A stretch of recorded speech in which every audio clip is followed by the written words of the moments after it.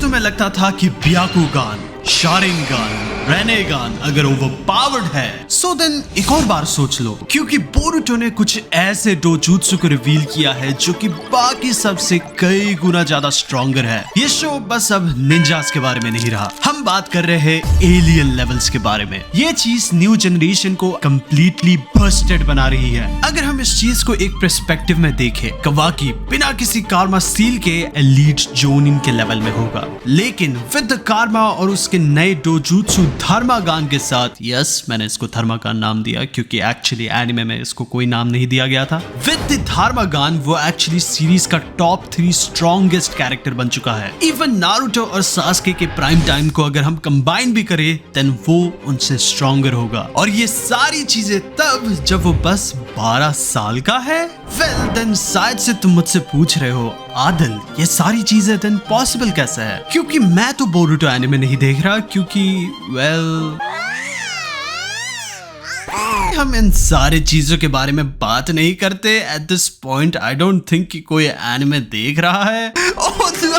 Boruto anime fans मेरे पीछे आ रहे हैं, कोई मुझे बचाओ। वाह क्या एक्टिंग कर रहा है। वेल डोजुत्सु इसका मतलब होता है आई टेक्निक। ये स्पेसिफिक टेक्निक है जो कि एक इंडिविजुअल अवेक करता है। इन नारुतो कई डोजुत्सु थे, लेकिन शारिंगान, रेनेगान और ब्याकुगान बीइंग द 3 ग्रेट डोजुत्सु। जोगान या फिर प्योर आई वो डोजुत्सु है जो कि एंशिएंट फैमिली से बिलोंग करता है ऑफ ओत्सुत्सुकी क्लैन। इनफैक्ट इसे एक अल्टीमेट डोजुत्सु कहा गया है जब गॉड रिवील हुआ था। ये प्योर आई ने जब भी अपीयरेंस दिया है वो तभी है जब कोई नेगेटिविटी अराउंड थी। जोगान का नेगेटिविटी को रिपेल करना, ये उसके कॉन्सेप्ट के बारे में काफी कुछ बताता है। ये काफी सिमिलर है टू नजर जो कि रियल लाइफ में भी नेगेटिव एनर्जी को रिपेल करता है, और जस्ट रियल नजर को देखते ही हम ये चीज कह सकते हैं कि डिजाइन इसी से इंस्पायर था। Shinji Huang one of the Boruto के एनिमेटर ने इस चीज को स्टेट किया है कि जोगान की पावर काइंड ऑफ सिमिलर है to Naruto's ability to sense negative emotion, क्योंकि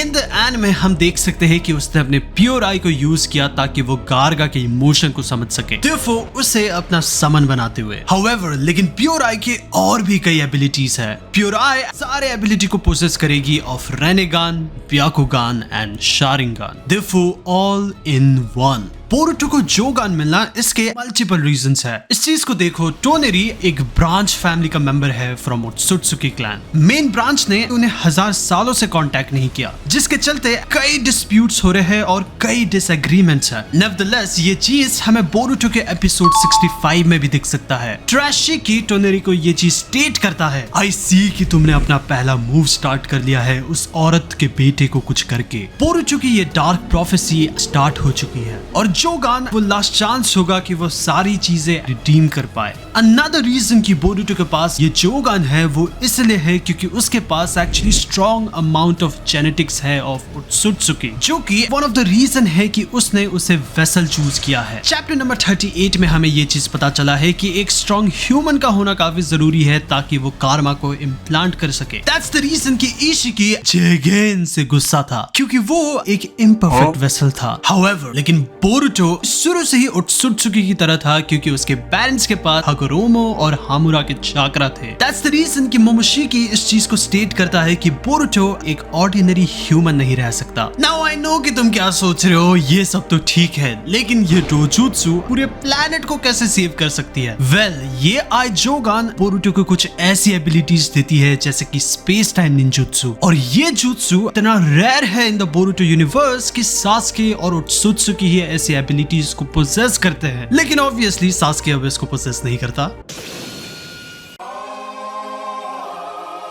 बोरुटो का space time ninjutsu version actually kind of overpowered है, सिंस ये एक्चुअली इंस्टेंटली हो सकता है with less chakra, with less time, जो कि हमने उसको मल्टीपल टाइम्स यूज करते हुए देखा है जब वो बस 8 साल का था। मीनवेल सास्के जब 2-3 बार टेलीपोर्ट होता है, ही सेज कि वो एक्चुअली आउट ऑफ चाक्रा है। समहाउ अगर बोरुटो इस चीज को मास्टर कर लेता है देन वो मिनाटो और सास्के के लेवल में इंस्टेंटली पहुंच सकता है। प्योर आई इवन बोरुटो को एक्चुअली एक पर्सन का वीकेस्ट पॉइंट भी देखने में हेल्प करती है। ये काइंड ऑफ लिटरली एक चीट कोड की तरह होगा, क्योंकि ये निंजा के लिए एक सबसे बड़ा हैक होगा। तुम खुद सोचो, नारुतो के fight scenes actually kind of based है ऑन स्ट्रेटजी और ओपोनेंट के वीकनेस के ऊपर, जैसा कि नारुतो ने राइकागे को हराया था विद हिज ब्रेन। हाउएवर, जैसा कि सीरीज हमें बताते आ रही है कि बोरुतो एक्चुअली एक प्रोडिजी है, ये चीज इवन उसे एक एक्स्ट्रा एडवांटेज दे देती है जो कि और किसी के पास नहीं है। With the help of pure I, Boruto actually सारे मूव को होने से पहले ही देख सकता है। ये चीज हमें दिखाती है कि जोगान एक्चुअली कितना यूजफुल हो सकता है। नेवरदलेस, ये एक्सप्लेन करती है सारे चीजों को कि आखिर बोरुतो ने मोमोशिकी को कैसे फेस किया था। इवन बोरुतो के शैडो क्लोन के पास भी जोगान होगा, जो कि उसे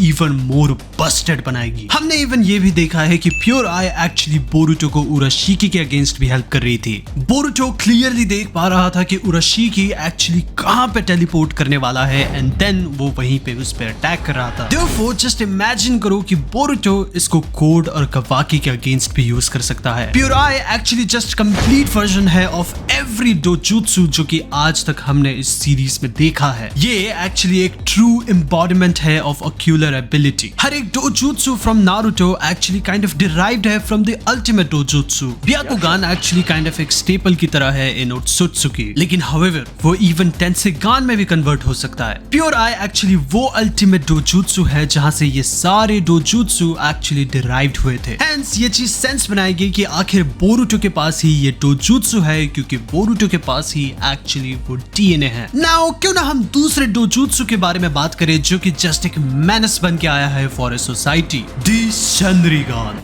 इसका फर्स्ट अपीयरेंस हमें चैप्टर नंबर 57 में देखने को मिला था और इसका लिटरली मतलब होता है क्लेयरवॉयंस, और इसका कांजी का लिटरली मतलब होता है 1000 री आइज, जहां पे 1000 री का एक्चुअली मतलब होता है 1000 माइल्स, और इडियोमैटिकली ये चीज रेफर कर रही है एक लॉन्ग डिस्टेंस। एज सच इसका मीनिंग बनेगा a far seeing eye. Using this eye वो एक्चुअली दुनिया के किसी भी कोने को एक्चुअली देख सकती है और सुन सकती है, बट स्टिल वो एक्चुअली एक फिजिकल प्लेस को देख सकती है, ना कि विजुअली हो रहे चीजों को। जब आइडा इस डोजुत्सु को यूज करती है देन उसके आंखों के पैटर्न बदल जाते हैं। नारुतो शो था about ninjas and making strategy, लेकिन आइडा एक्चुअली अपने ओपोनेंट को कोई ऑप्शन नहीं देती, एज सिंस वो दूसरे कंट्री में हो रहे बैटल को भी एक्चुअली पूरी तरीके से देख सकती है। वो तुम्हारे हर एक प्लान को देख सकती है, वो तुम्हारे हर एक कन्वर्सेशन को सुन सकती है। इस चीज के चलते किसी भी रैंडम निंजा का एक्चुअली कैके गेनकाई, जुत्सु या फिर हर एक चीज रिवील हो सकता है। फॉर एग्जाम्पल, अगर वो फोर्थ वॉर में होती देन उससे पहले से ही पता होता कि मादरा एक्चुअली ओबिटो को बिट्रे करने वाला है। फर्दरमोर, इवन दो वो केज में थी, स्टिल उसने एक्चुअली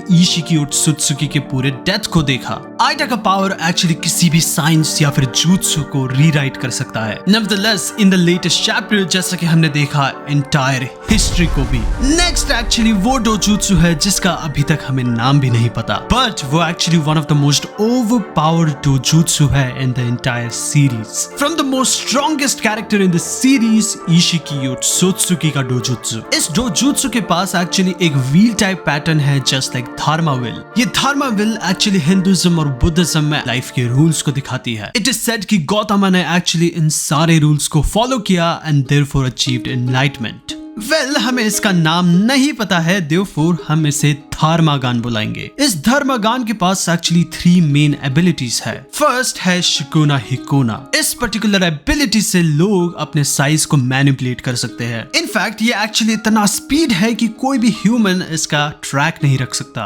देयरफॉर स्टार्टिंग में दैट्स द रीजन कि लोग इसे एक्चुअली टेलीपोर्टेशन समझ रहे थे। इशिकी और जिगेन ने इसको नारुतो और सास्के के अगेंस्ट यूज किया था, जहां पे ये कॉन्स्टेंटली अपने रॉड के साइज को बदल रहा था, जहां पे ये एक्चुअली दोनों को एक सरप्राइज अटैक दे रहा था, देयरफॉर उन्हें एक क्रिटिकल डैमेज देते हुए। इनफैक्ट ये जस्ट ऑफेंसिव ही नहीं बल्कि डिफेंसिव मेजर के लिए भी यूज हुआ जा सकता है। रिमेंबर कि कैसे कि वो अपने साइज को शिफ्ट करके काशिन कोची के अगेंस्ट लड़ रहा था, देयरफॉर उन अटैक्स को डॉज करते हुए जो कि कारमा एक्चुअली अब्सॉर्ब नहीं कर सकती। Nevertheless, with the help of Dharmagan वो चीजों को एक दूसरे डायमेंशन में भी स्टोर कर सकता है, जहां पे टाइम फ्लो नहीं करती एंड देयरफॉर ऑब्जेक्ट ऑब्जेक्ट्स या फिर चीजें हमेशा के लिए सही रहती है। Therefore, ये चीज हमें लेके आती है उसके दूसरे एबिलिटी में दाइकोकु 10। समन ऑब्जेक्ट काफी जल्दी या फिर बहुत ही सही स्पीड से आ सकती है। Therefore, उसको एक अटैक की तरह यूज करते हुए Nevertheless, with the help of this, वो एक्चुअली एक बड़े और काले क्यूब को भी समन कर सकते हैं। ये क्यूब एक्चुअली इतना भारी और इंडिस्ट्रक्टिबल है कि इवन बोरुतो का राशेंगान भी क्यूब को कुछ भी नहीं कर पाया था। Nevertheless, remember, इसने काशिनकोजी को भी ऑलमोस्ट दबा दिया था। नारुतो और सास्के जस्ट जिगिन के सामने नहीं टिक पाए थे, लेकिन इशिकी इवन अपने फुल फॉर्म में भी नहीं पहुंच पाया था। You see, इशिकी के आई में जो पैटर्न है वो धार्मा विल का है और ये इंस्पायर्ड था 8 सिद्धीज से जो कि परफेक्शन को लीड करती है इन हिंदुइज्म। और ये कहती है कि तुम छोटे हो सकते हो, तुम बड़े हो सकते हो, तुम वेटलेस हो सकते हो, तुम भारी हो सकते हो, तुम किसी भी आइटम को समन कर सकते हो जो कि तुम डिजायर करते हो, अपने आप को पहचान सकते हो कि आखिर तुम चाहते क्या हो। Therefore, एबिलिटी कि तुम किसी भी नेचर या फिर इंडिविजुअल या फिर कोई भी ऑर्गेनिजम्स को कंट्रोल कर सकते हो एंड एट द लास्ट तुम किसी भी नेचुरल फोर्स को कंट्रोल कर सकते हो। आई होप कि तुम्हें ये वीडियो पसंद आई एंड नेक्स्ट वीडियो तक के लिए टाटा, गुड बाय।